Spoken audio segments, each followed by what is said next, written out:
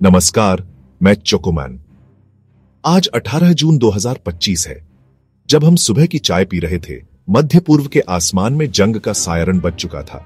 Israel और Iran के बीच दशकों से सुलगती दुश्मनी अब खुली जंग में बदल गई है। यह सिर्फ मिसाइलों और ड्रोन की कहानी नहीं है, बल्कि उन लाखों लोगों की भी है जो हर धमाके के साथ कांप उठते हैं। बच्चों के लिए स्कूल की घंटी से ज्यादा हवाई हमलों के सायरन आम हो गए हैं। इस संघर्ष ने वैश्विक अर्थव्यवस्था, तेल की कीमतों और अंतर्राष्ट्रीय संबंधों को हिला दिया है। भारत जैसे देश, जिनके दोनों से गहरे संबंध हैं, भी इसकी तपिश महसूस कर रहे हैं। हमारा मकसद है कि आप तक हर पहलू की जानकारी पहुंचे, ताकि आप खुद अपनी समझ बना सकें। हम इतिहास की उन गलियों में चलेंगे जहां इस दुश्मनी के बीज बोए गए थे। हम देखेंगे कि 2025 में कौन सी घटनाएं इस युद्ध का कारण बनी और वैश्विक राजनीति में कौन सा देश किसकी तरफ है। तो चलिए तथ्यों के साथ इस कहानी को समझते हैं, क्योंकि आज जो मध्य पूर्व में हो रहा है, उसका असर कल की दुनिया पर पड़ेगा। कभी इजराइल और ईरान दोस्त थे, लेकिन 1979 की इस्लामिक क्रांति ने सब बदल दिया।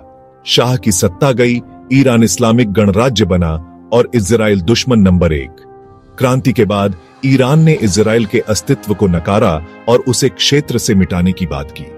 दोनों देशों के बीच छद्म युद्ध शुरू हुआ, हिजबुल्लाह, हमास, हूती जैसे समूहों के जरिए। इजराइल ने ईरान के परमाणु कार्यक्रम को सबसे बड़ा खतरा माना और वैज्ञानिकों की हत्या, साइबर हमले और गुप्त ऑपरेशन किए। सीरिया के गृहयुद्ध ने तनाव और बढ़ा दिया। ईरान ने असद का समर्थन किया। इजराइल ने सीरिया में ईरानी ठिकानों पर सैकड़ों हमले किए।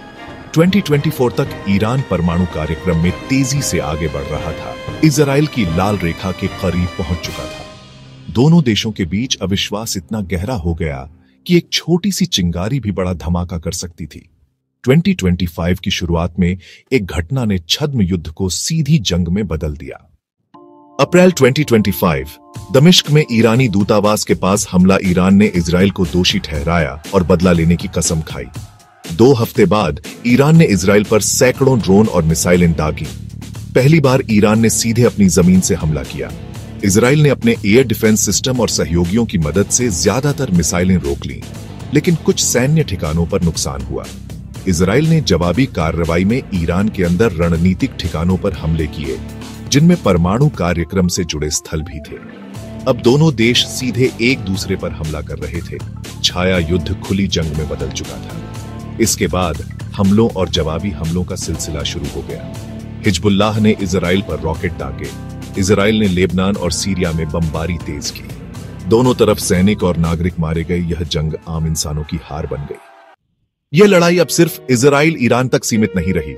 अमेरिका, इजराइल का सबसे बड़ा सहयोगी, खुलकर उसके साथ खड़ा है, सैन्य और कूटनीतिक दोनों स्तरों पर। अमेरिका ने ईरानी मिसाइलों को रोकने में मदद की। उसका मकसद है क्षेत्र में शक्ति संतुलन बनाए रखना।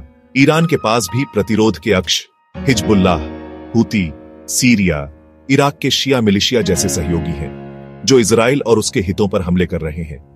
हिजबुल्लाह ने लेबनान से रॉकेट दागे। हूती विद्रोहियों ने लाल सागर में जहाजों को निशाना बनाया, जिससे वैश्विक व्यापार प्रभावित हुआ। रूस और चीन भी इस समीकरण में हैं। रूस ने ईरान को हथियार दिए। चीन आर्थिक साझेदार है और दोनों अमेरिका के प्रभाव को चुनौती देना चाहते हैं। भारत के लिए स्थिति मुश्किल है। इजराइल से रक्षा सहयोग, ईरान से ऊर्जा और व्यापार। भारत ने तटस्थता बरती और दोनों से संयम की अपील की। यह संघर्ष भारत की गुटनिरपेक्ष नीति की परीक्षा है। तेल की कीमतें, व्यापार और नागरिकों की सुरक्षा दांव पर है। मिसाइलों और रणनीति के बीच सबसे बड़ी कहानी आम इंसान की है। इजराइल में सायरन बजते ही लोग बंकरों में भागते हैं। स्कूल बंद, कारोबार ठप, हर तरफ डर। ईरान में आर्थिक संकट और हमलों का डर, महंगाई चरम पर। नौजवानों को भविष्य अंधकारमय दिखता है। बच्चों की एक पूरी पीढ़ी धमाकों और डर के साए में बड़ी हो रही है। उनके लिए खेल के मैदान बंकर बन गए हैं। मनोवैज्ञानिक कहते हैं, यह ट्रॉमा जीवन भर रहेगा।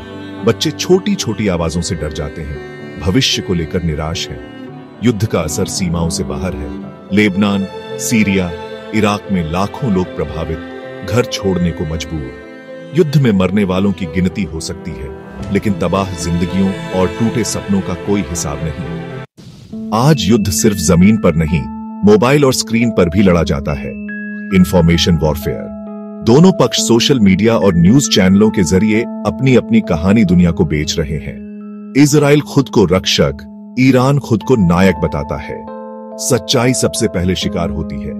फर्जी खबरें, डीपफेक वीडियो, प्रोपेगेंडा की बाढ़। आम नागरिक के लिए सच झूठ में फर्क करना मुश्किल। हर पक्ष अपने नुकसान को कम, दुश्मन के नुकसान को बढ़ा चढ़ाकर दिखाता है। सोशल मीडिया का दबाव सरकारों को सख्त फैसले लेने पर मजबूर करता है। संवाद की संभावना कम होती जाती है। दर्शक के तौर पर हमारी जिम्मेदारी है हर खबर को परखें, सवाल पूछें और विवेक से काम लें। सच और झूठ में फर्क करना ही सबसे बड़ा हथियार है। हम इतिहास के एक ऐसे चौराहे पर हैं जहां आगे का रास्ता अनिश्चित है।